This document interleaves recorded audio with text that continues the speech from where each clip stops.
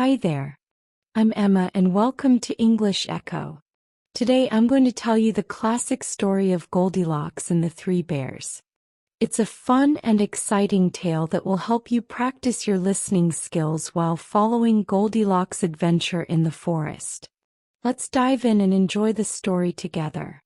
Once upon a time there were three bears, who lived together in a house of their own in a wood. One of them was a little small wee bear. One was a middle-sized bear and the other was a great huge bear. One day after they had made porridge for their breakfast, they walked out into the wood while the porridge was cooling.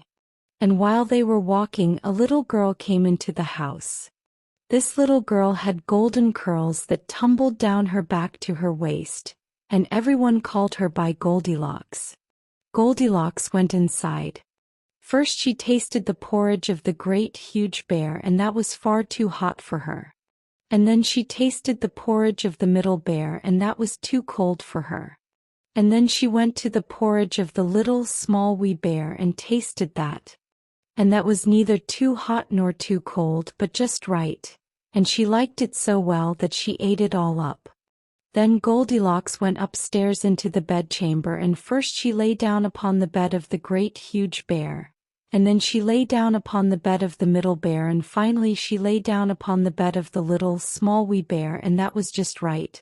So she covered herself up comfortably and lay there until she fell fast asleep. By this time the three bears thought their porridge would be cool enough, so they came home to breakfast. "Somebody has been at my porridge," said the great huge bear in his great huge voice. "Somebody has been at my porridge," said the middle bear in his middle voice. Then the little small wee bear looked at his and there was the spoon in the porridge pot, but the porridge was all gone. "Somebody has been at my porridge and has eaten it all up," said the little small wee bear in his little small wee voice. Then the three bears went upstairs into their bedroom. "Somebody has been lying in my bed," said the great huge bear in his great rough gruff voice. "Somebody has been lying in my bed," said the middle bear in his middle voice.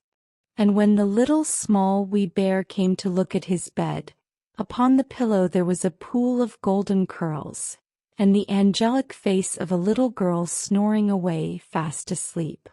"Somebody has been lying in my bed and here she is," said the little small wee bear in his little small wee voice. Goldilocks jumped off the bed and ran downstairs out of the door and down the garden path. She ran and she ran until she reached the house of her grandmama. When she told her grandmama about the house of the three bears who lived in the wood, her granny said, My, what a wild imagination you have, child. Thank you for listening to Goldilocks and the Three Bears. I hope you enjoyed the story and learned some new words along the way. If you want to keep improving your English listening, don't forget to subscribe to the channel and hit the notification bell so you can hear a new story every day. Keep practicing and I'll see you in the next one.